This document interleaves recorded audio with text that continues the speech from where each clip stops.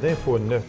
Il succède à Frédéric Bédard à la barre des conquérants de la SAR de la Ligue de hockey Midget 2A Nord-Bord. Quelle saison entrevoit-il? Alors, je reçois le nouvel entraîneur des conquérants de la SAR, M. Marco Desforges. Marco, bonsoir. Salut, Gabi. Marco, ce sont des bottines assez grandes à chausser, les bottines à Fred, comme on dit. Ah, c'est sûr. Comment, toi, tu t'entrevois ce défi-là? Parce que c'est un challenge, c'est un défi. On sait ce que Fred a fait pour les conquérants. Je suis certain que Marco peut en faire autant. Ça, il n'y a pas de doute sur ça. Sauf que, comment, toi, tu vois ce défi-là à l'aube de la saison qui va commencer dans 2 jours? Là? Moi, je pense que c'est un beau défi. Moi, j'ai beaucoup d'expérience comme entraîneur. J'ai coaché une Jet 2C à mécanique. Je sais que Fred il a fait beaucoup pour cette organisation-là, mais comme que je disais, là, avec mon expérience, je pense que je suis capable d'apporter beaucoup aussi à l'équipe. Toi, Marco, tu es un gars de défi. Tu es un gars qui n'a pas peur de relever ça, ces défis-là. Les conquérants, il y a 2 ans, n'ont pas connu une saison extraordinaire. L'an dernier, les conquérants ont quand même connu une bonne saison. C'est un défi pour toi. Puis comment tu vas challenger ça, je veux dire, entrevoir ce défi-là? Est-ce que tu vas être dans l'ombre de Frédéric? J'entends par là, est-ce que tu vas dire, ouais, ben là, lui, Frédéric, je ne sais pas s'il aurait fait ça de même, ou ben non, c'est garde. Il est là, mais on met un mur, puis là, c'est mon équipe, c'est moi qui coach. Je vais accepter les conseils, ça c'est sûr et certain. Sauf que c'est ton équipe, puis c'est toi qui mets. Comme j'ai parlé avec Frédéric, au départ, on s'est entendu que Frédéric, il viendrait juste si on avait besoin de lui. Ah, OK. Lui, il est complètement à part, il est président. Il est rendu président. Il n'y a aucun rapport avec les décisions hockey. Fait que lui, il va s'en mêler seulement si on en a besoin. Ça voudrait dire, Marco, parce que quand même, quand on parle de hockey, on parle d'instructeur, on parle d'équipe. Puis quand c'est une équipe, bien, ça ne veut pas dire une seule personne. Donc, tantôt, on va parler de tes assistants. Sauf que tu ne seras pas gêné et tu ne seras pas mal à l'aise d'aller demander des conseils à Frédéric, par exemple. Non, c'est sûr qu'avec le bagage d'expérience que Frédéric a, c'est sûr que ça va aider. Puis c'est sûr que de temps en temps, on va en avoir besoin aussi. Là.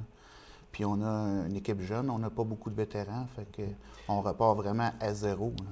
Parce que lui, on sait que Frédéric s'est rendu jusque dans la Ligue junior majeure du Québec, qui était même le capitaine des Foreurs de Val-d'Or. Donc, ces gars-là, il les a gagnés.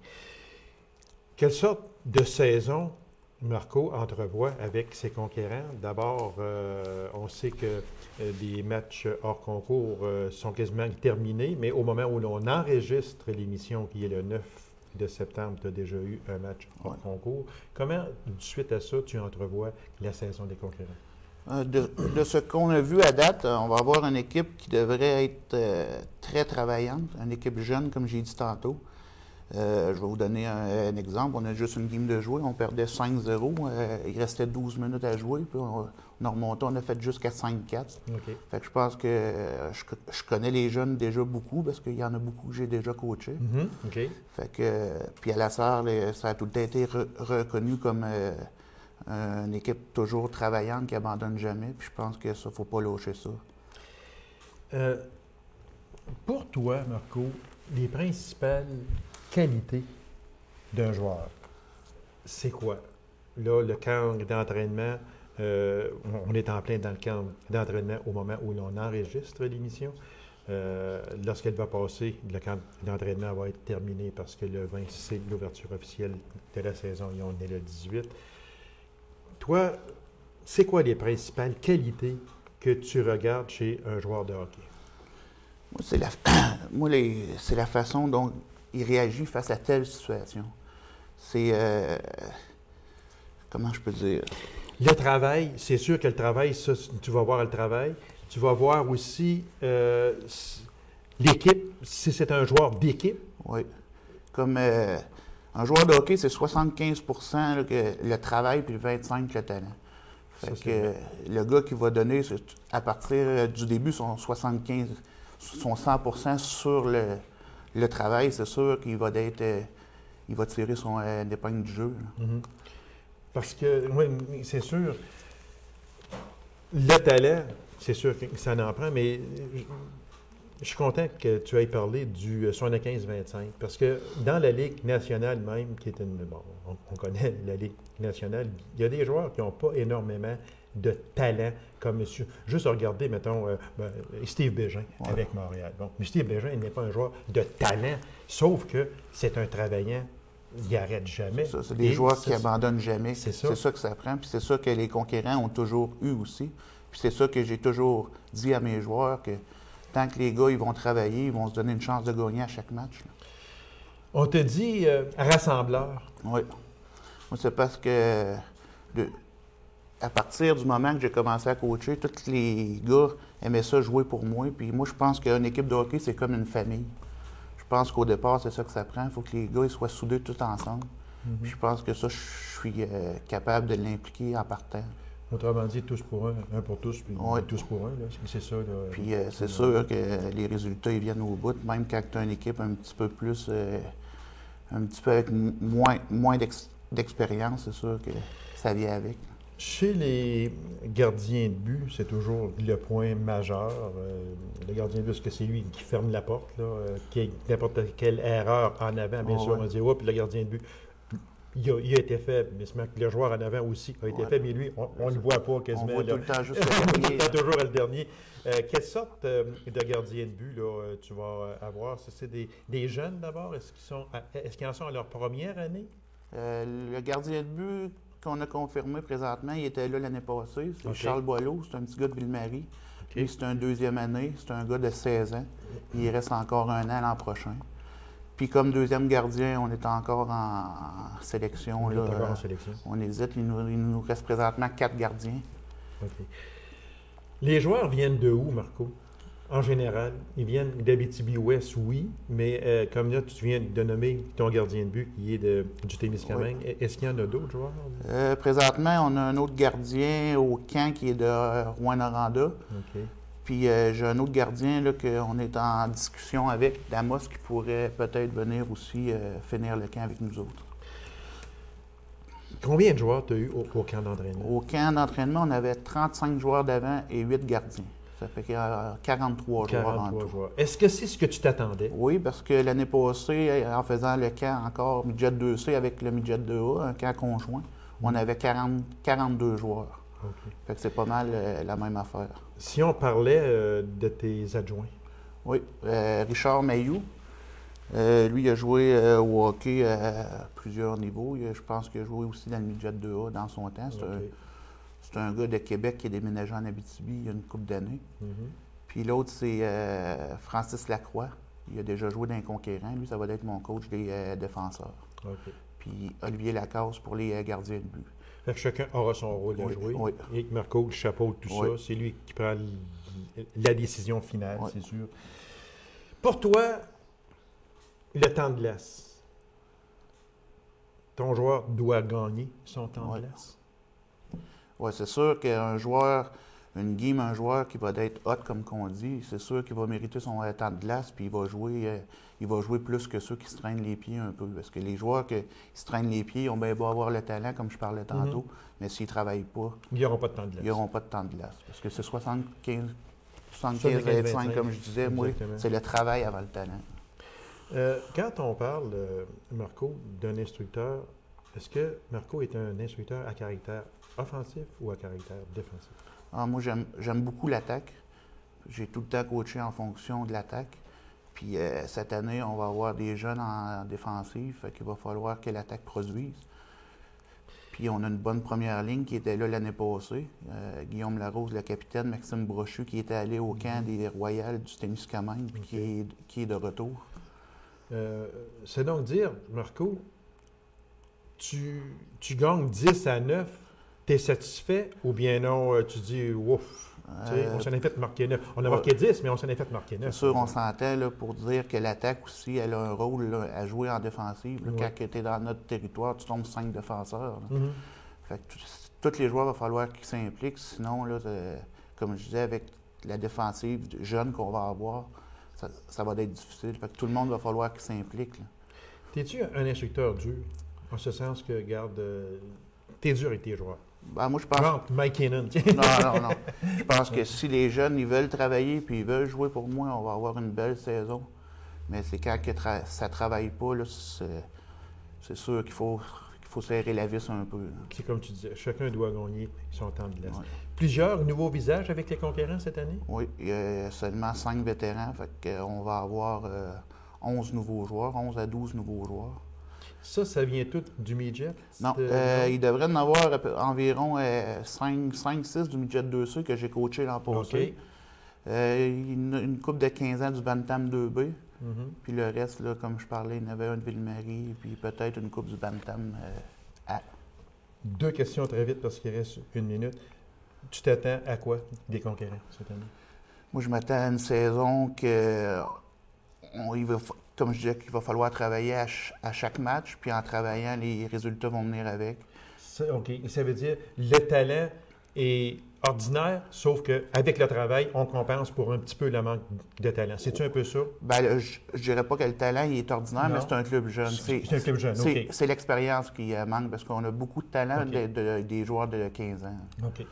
Fait que, puis très vitement, un idole comme instructeur? Comme qui, disons? J'aime beaucoup Guy Carbonneau, c'est sûr, ça fait pas longtemps, mais je pense... C'en est un, c'est un très bon motivateur, Guy Carbonneau, puis les joueurs veulent jouer pour lui. Puis il faut que les joueurs méritent leur temps de Exactement. place. Ça, c'en est vraiment un que les joueurs veulent mériter. On aurait d'autres questions, Marco, le temps nous manque parce qu'on aurait voulu parler des bagarres, etc., etc. On se reprendra, Marco. Alors, bonne saison aux conquérants et à toi pareillement. Puis, on se reprendra sûrement et puis on te réinvitera après les fêtes à faire un petit peu un compte-rendu de cette saison. Merci beaucoup. C'est moi qui te remercie. Alors, mesdames et messieurs, on s'absente peut-être d'une courte pause et on vous revient immédiatement après. Restez avec nous. Le projet pilote sur le télétravail a fait des petits à Macamic. Alors, pour nous en parler, je reçois le vice-président de Radium Multimédia, M. Francis Wirtz. M. Wirtz, bonsoir. Bonsoir.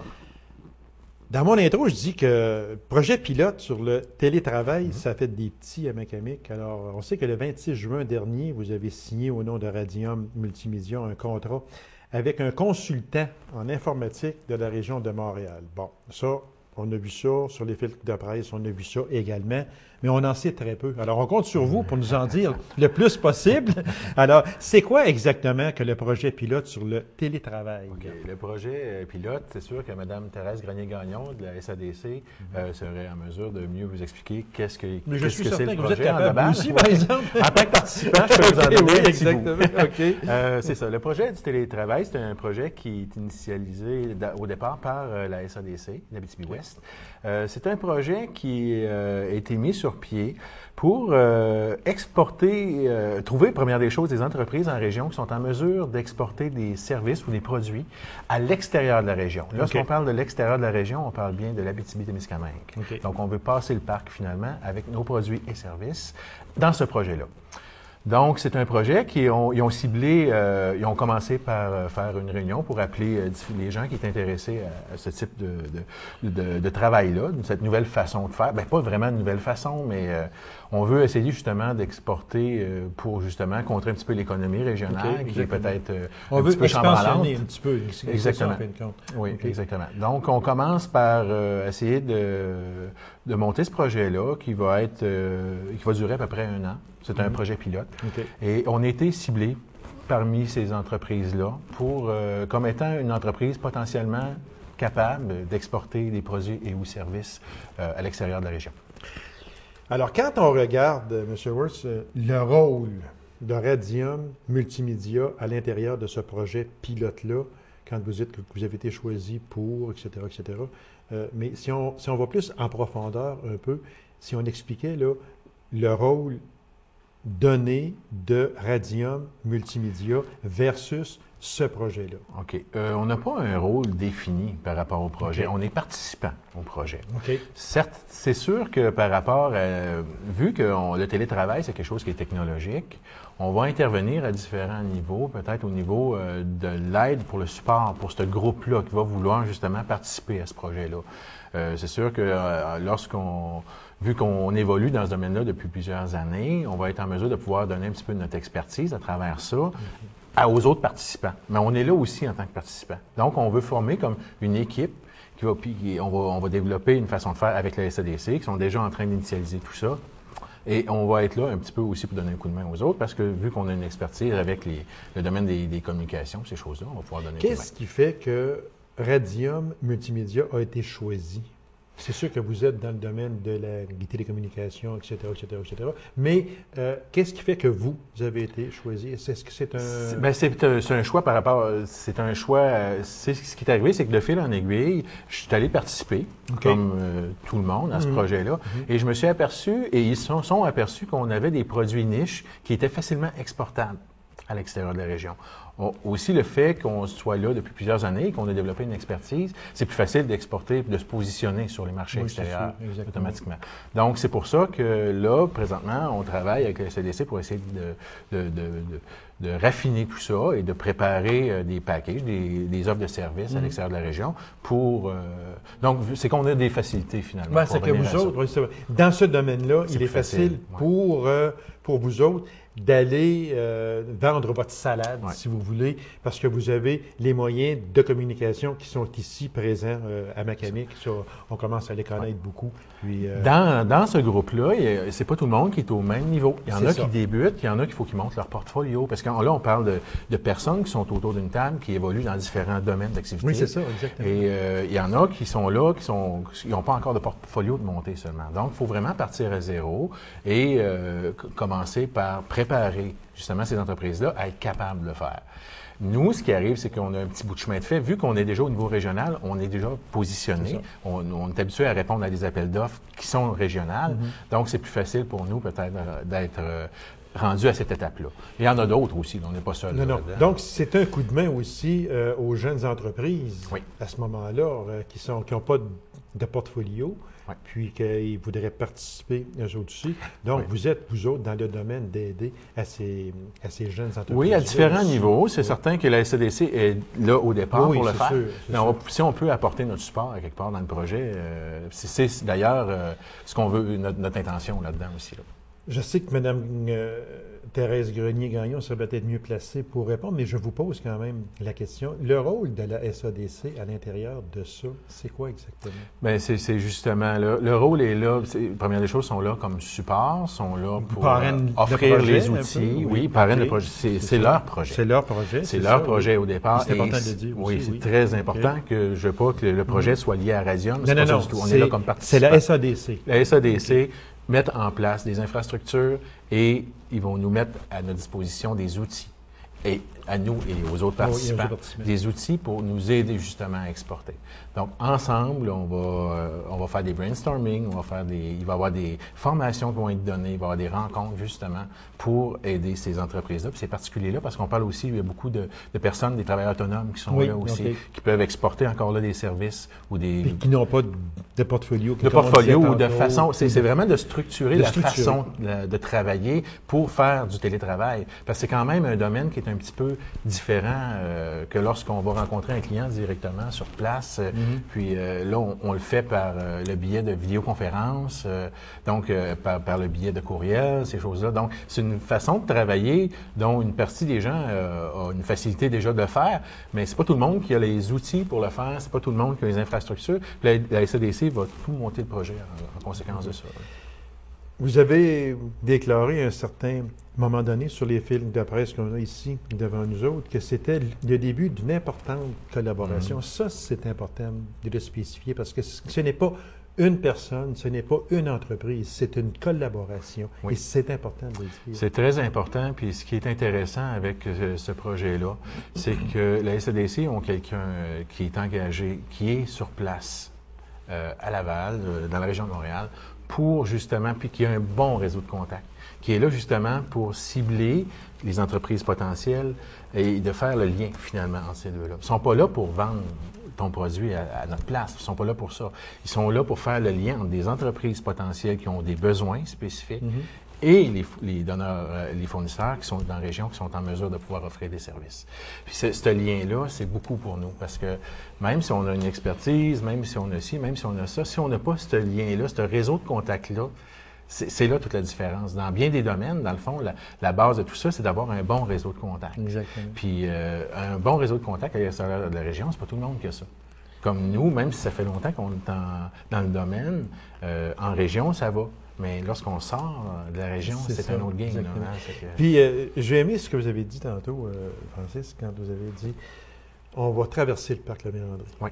Puis je pense que pour l'industrie abitibienne, autant Témiscamingue que Abitibi directement, c'est important de le traverser, ce fameux parc La Vérandrie, parce que il y a des choses à faire de l'autre côté. Tout le monde parle de diversification, tout le monde parle de l'économie régionale qui est quand même assez instable. On a l'industrie du bois, on a l'industrie des mines, mais là, tout le monde parle de diversification. Oui. Ça, je trouve que c'est une belle continuité à cette phrase-là, à ce mot-clé-là, parce que, dans le fond, se diversifier, ça ne veut pas dire nécessairement juste de produire des choses pour la région. Souvent, justement, lorsqu'on a des produits, soit à valeur ajoutée ou des services pointus, c'est pas nécessairement ici tout le temps que c'est facile d'exporter ces produits-là. Donc, si on passe le parc et on va chercher ces clients potentiels-là, ça ouvre des marchés superbes.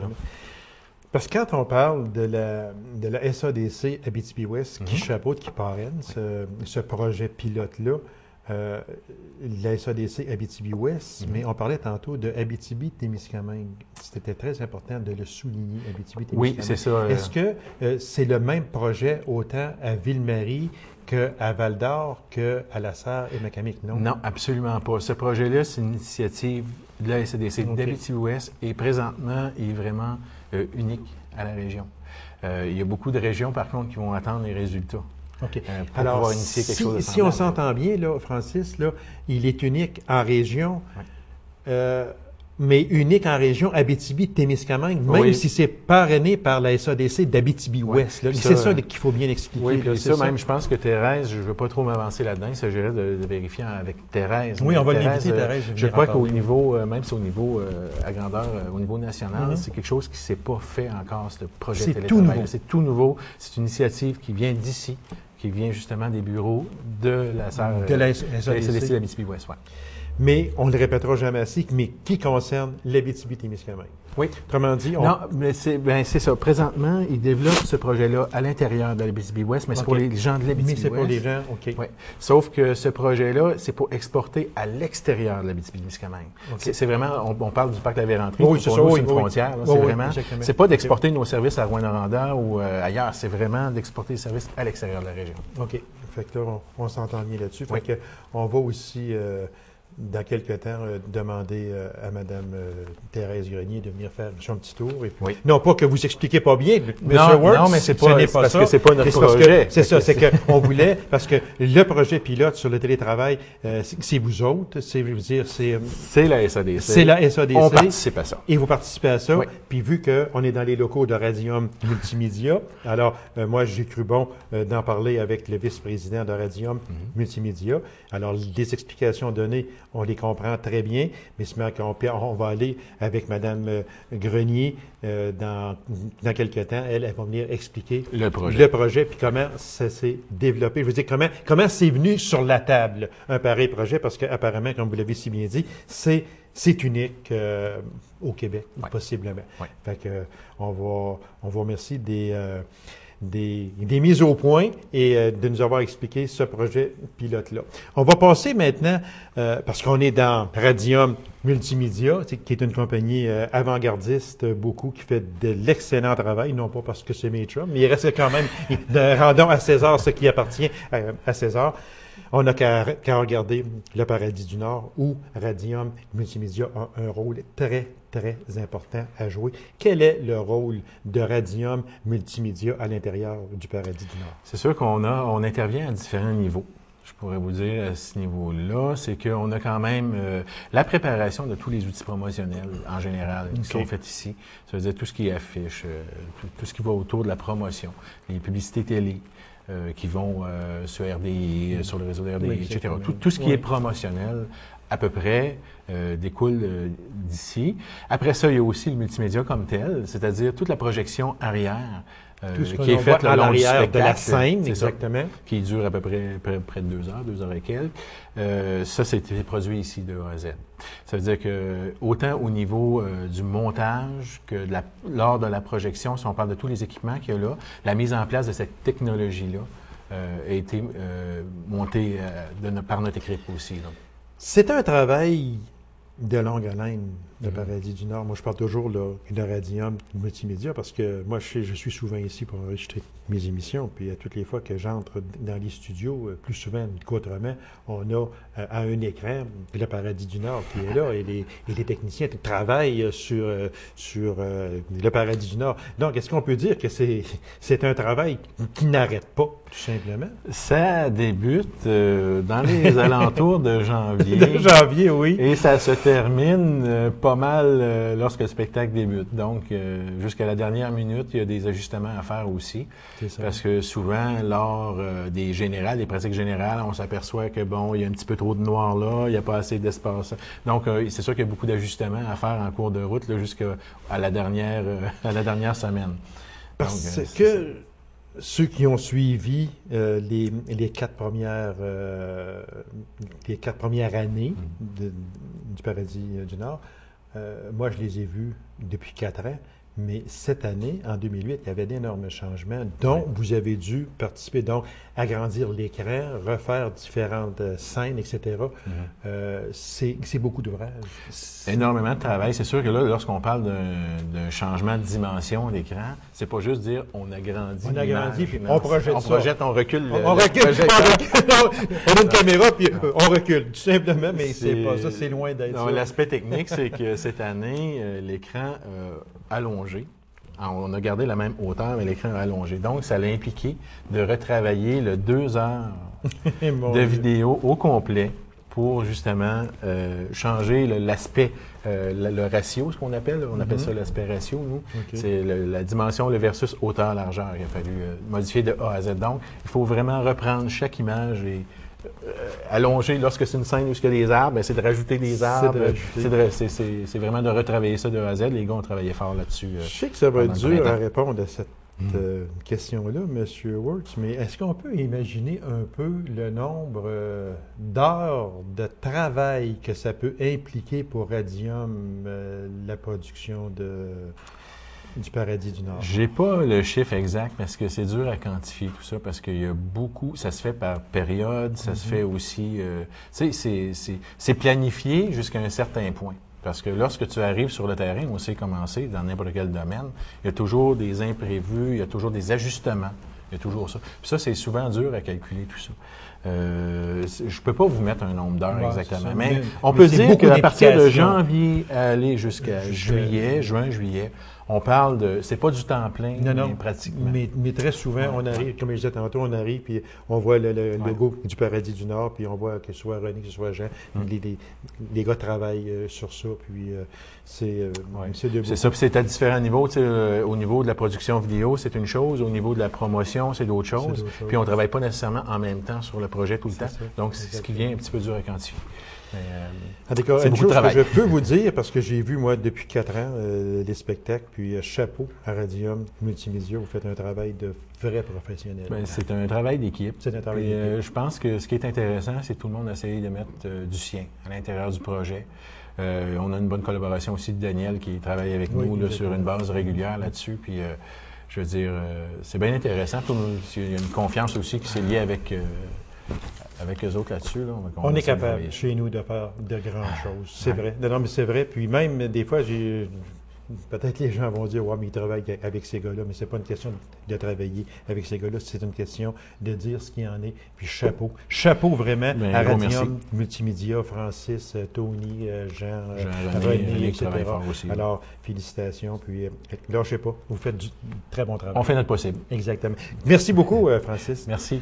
Alors, mesdames et messieurs, merci d'avoir été là et on se donne rendez-vous à une prochaine émission d'Info 9.